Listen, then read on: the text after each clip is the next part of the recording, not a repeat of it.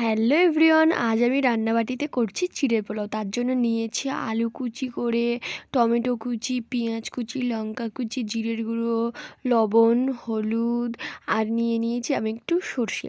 এবার আমি তেলটা গরম হয়ে গেছে, আমি অল্প অল্প করে সব দিয়ে নিলাম। নিয়ে ভালো করে প্রথমে কষাই করে নিলাম, তারপরে আমি দিয়ে দিলাম আলু, দিয়ে আমি খুব ভালো করে ভেজে নিলাম। আর তোমরা কিন্তু কমেন্ট করো আমার আর কি রান্নাবাটি খেলা দেখতে যাও। তো বাচ্চারা সবাই চলে এসেছে, আমি শেষে দেখাবো।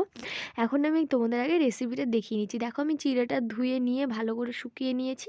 এবারে আলুটা খুব সুন্দর ভাজা হয়েছে, খুব নরম হয়েছে। এবার আমি দেখো ভালো করে ভেজে নিলাম বেশ অনেকক্ষণ ধরে। দেখতে পাচ্ছ কত সুন্দর ঝুরঝুরে হয়েছে।